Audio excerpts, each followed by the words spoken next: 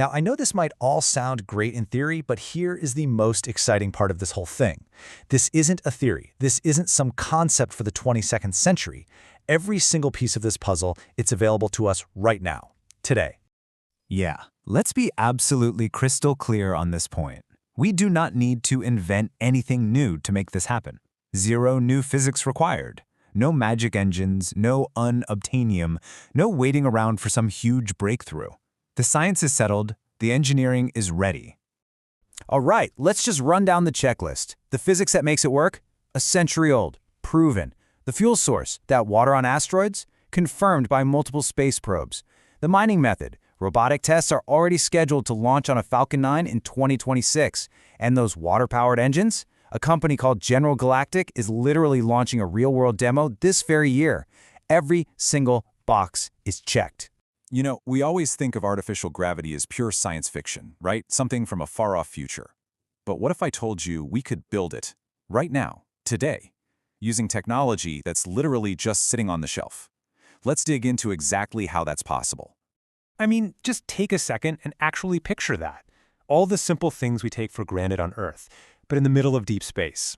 And look, this isn't just about convenience or making things comfy.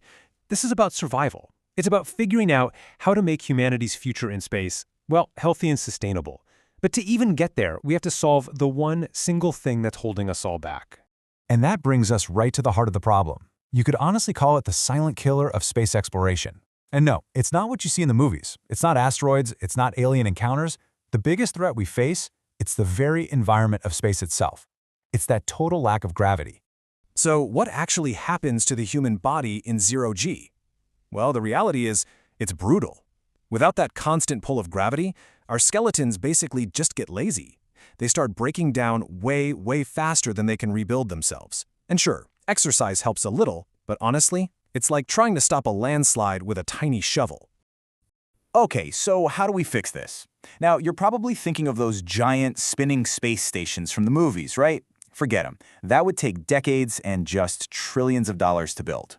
The real solution is so much simpler, way more elegant, and it's all based on a piece of physics we've understood for over a century. The whole thing comes from Albert Einstein's equivalence principle. And don't worry, it's actually pretty simple. All it means is that your body literally cannot tell the difference between being pulled down by gravity and being pushed forward by acceleration. To you, they feel exactly the same.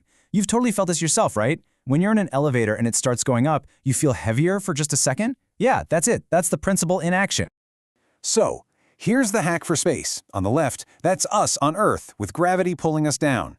But on the right, you've got a rocket engine that's constantly pushing the floor of the ship up into your feet at 1G.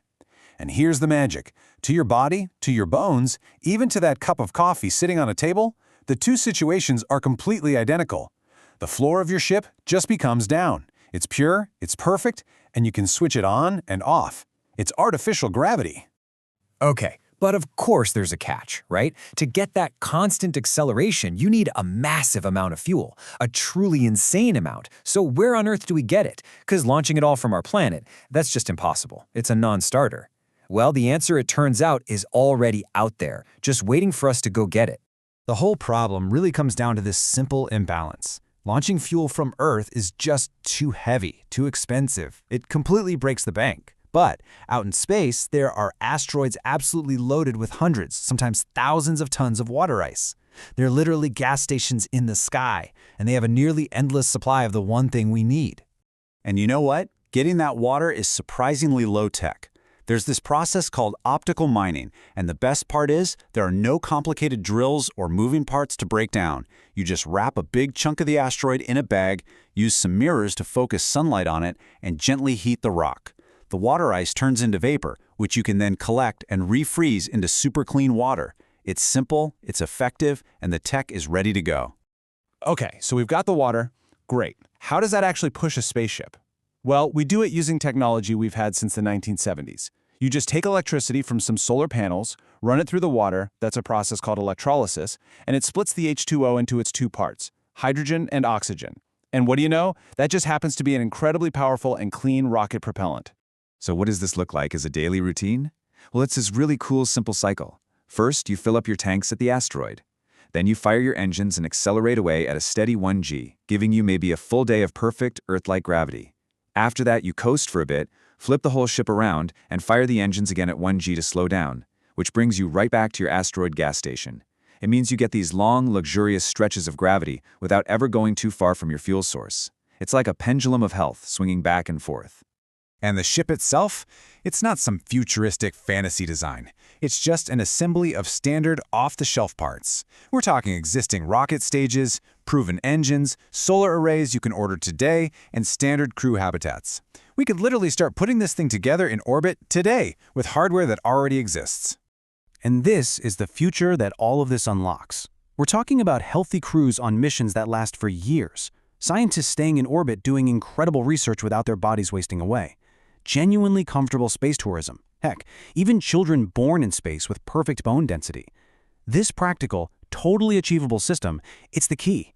It's the key to a truly permanent human presence beyond Earth. So, at the end of all this, we're just left with one big question, aren't we? The physics is understood, the asteroids are out there, waiting. The hardware is ready to go. We have this practical, elegant solution to the biggest health crisis in spaceflight staring us right in the face. The technology is waiting, the asteroids are waiting. So, what are we waiting for?